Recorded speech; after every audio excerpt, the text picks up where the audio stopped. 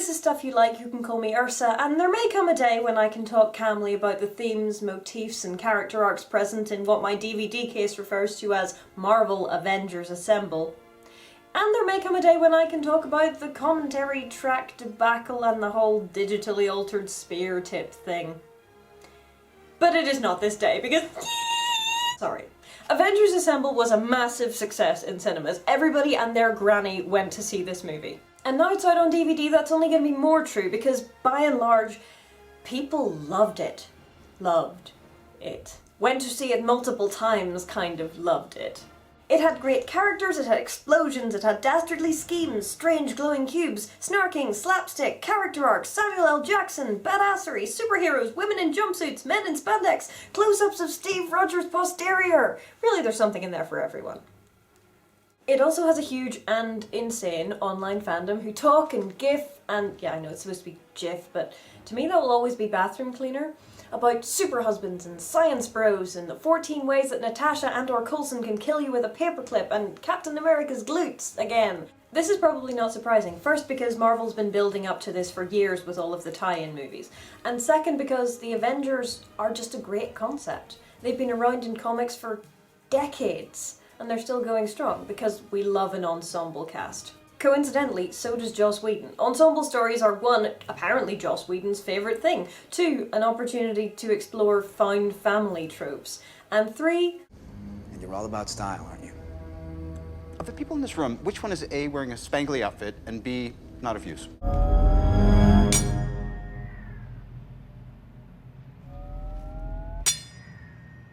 This usually works. Well, performance issues, you know, it's not uncommon. An opportunity for good-natured banter and trust and loyalty and snark and squee. Third reason the film's success is unsurprising? Because it's a genuinely good film. And while it should be pointed out that I am absolutely no judge of cinematography or indeed any of the technical aspects of film, I offer the following statement. So pretty. And not just because of the searing hotness of the main characters, though that does help. The thing is, I just love superhero films. They are my absolute favourite genre of film, hands down. And so I will now attempt to simultaneously explain the plot, the 4 reasons I love superhero movies, and my 5 favourite things about this movie all at once. Bear with me. This could get tricky. Spoilers assemble! Sorry. Loki is that Asgardian Norse god type chap from Thor. He's in cahoots with aliens and he steals the Tesseract and brainwashes Dr. Selvig, that scientist guy from Thor, and also Hawkeye, that archer guy who was in Thor, into being his minions. He'd like to rule the world, please. The first reason I love superhero movies is because I love a good epic and an evil but slightly sympathetic villain trying to take over the world with the help of aliens and magical powers. That seems pretty epic to me. Nick Fury is all, well, crud. Maria Hill would like you to excuse her, please. She has badassery to accomplish. Things blow up and we try to get all the Avengers together. The first reason I love this superhero movie in particular is because to make a good superhero film, you have to throw yourself wholeheartedly into the premise and at the same time acknowledge how silly it is. And they do that. Listen well, brother. I'm listening. Cynicism and enthusiasm in equal measure. Make your move, reindeer games. That's a hard balance to strike, but in this case it really works. They're all so dry and funny and cool, and look at their cool stuff. I want some of that cool stuff. Cool stuff and/or superpowers is the second reason I love superhero films as a genre, because hello, power fantasy. Anyway, Hawkeye goes to Germany because of MacGuffin requirements. Loki is a distraction, which includes getting captured for a bit. Oh, and there's this. In the end, you will always kneel.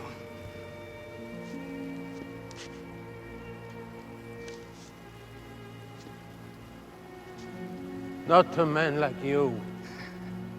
There are no men like me. There are always men like you. Third reason I love this genre is because you can talk about the deepest and widest themes of human experience so easily.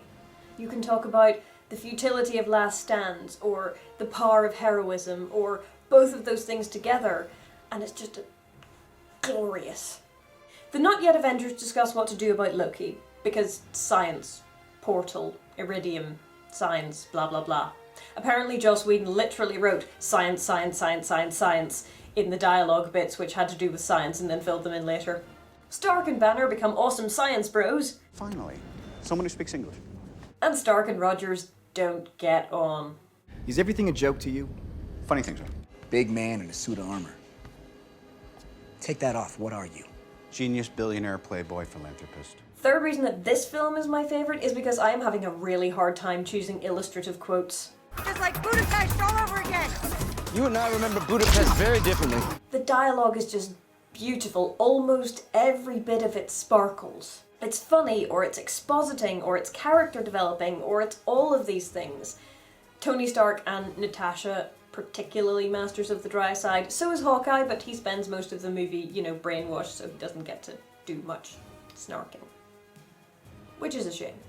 Loki's plan is to cause Bruce to Hulk out, as we find out when Natasha lets Loki beat up her brain to pick his. Is this love, Agent Romanoff? Love is for children. I owe him a debt. Natasha has some serious issues, with a capital Ish. I have a very specific skill set. I mean, there is a whole episode in how she lets people beat her up, either mentally, emotionally, or physically, until they're comfortable enough to talk to her. But yeah, we'll not go into that today. Fourth reason this film is my favorite is because, oh my gosh, I love this scene.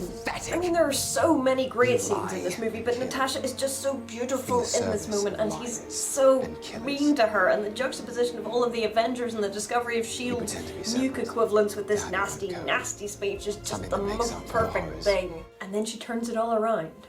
You're a monster. Oh no. You brought the monster. So, Banner. That's your play. What? Thank you for your cooperation. How can you not love that? I'm sorry, Natasha's my favorite. She just is. Fourth reason I love superhero films, and the fifth reason I love this one, is because there's a team. And I love this team. The film is about the Avengers learning to work together, but it also acknowledges that they aren't the whole team.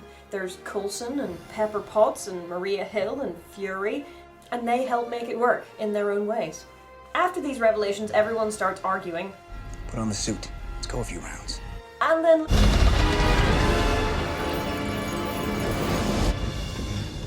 Put on the suit. Yeah.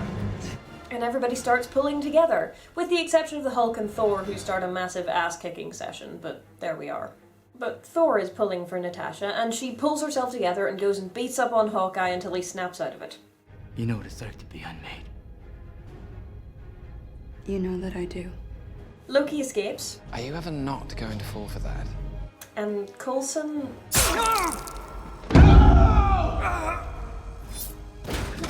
Yeah. Sad. Okay, we're not going to talk about Speargate. I mean, we can talk about it in the comments, but I'm not going to talk about it in this review because I love this movie and I don't want stupidity on the part of the Disney Corporation to get in the way of that.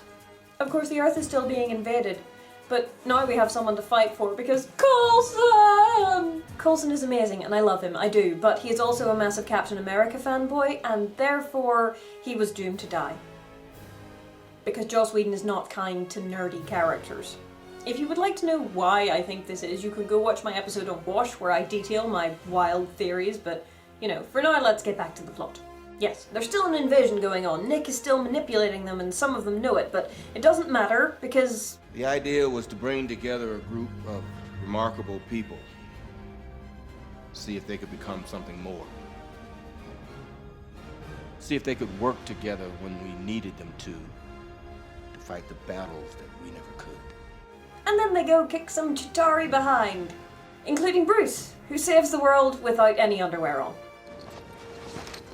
You an alien? What? From outer space, an alien.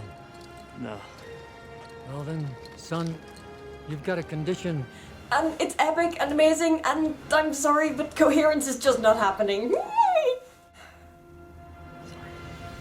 If you're in the UK like me, the DVD has one single solitary lonely bonus feature. If you want the good stuff, you might want to get the region-free US version. But I would recommend either version of the DVD because this is my very favourite film and I cannot recommend it highly enough. And for that matter, I don't think I've talked about them enough yet. So come back in a couple of weeks for a character study on an Avenger. Which Avenger are we starting with? Well, I don't know. Cast your vote in the comments and we'll start with the one that gets the most votes. See you then!